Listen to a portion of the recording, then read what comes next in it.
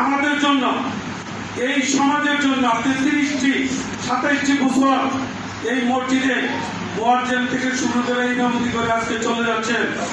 অনেক সন্তান আমাদের আপনার কাছে লেখাপড়া শিখে আজকে তারা চাকরি করতেছে, অনেক বড় বড় পোস্টে চাকরি করতেছে। আপনার এই অবদান এই এলাকার মুসল্লিরা এবং আমরা ভুলতে পারবো না। যদি আমাদের সন্তানেরা এবং আমাদের এই মসজিদের মুসল্লিরা কোনো কারণে আপনার সাথে বেয়াদবি করে থাকে, আমরা মসজিদ কমিটির পক্ষ থেকে, মতিয়ালী পরিষদের পক্ষ থেকে আপনার কাছে ক্ষমা চাচ্ছি। আপনি আমাদেরকে ক্ষমা করে দিবেন। আল্লাহ আপনাকে নেক হায়াত দান করুন। আমিন আমিন আমিন।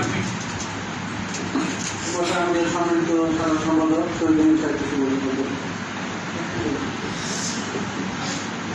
আসসালামু আলাইকুম ওয়া রাহমাতুল্লাহি ওয়া বারাকাতুহু। আসলে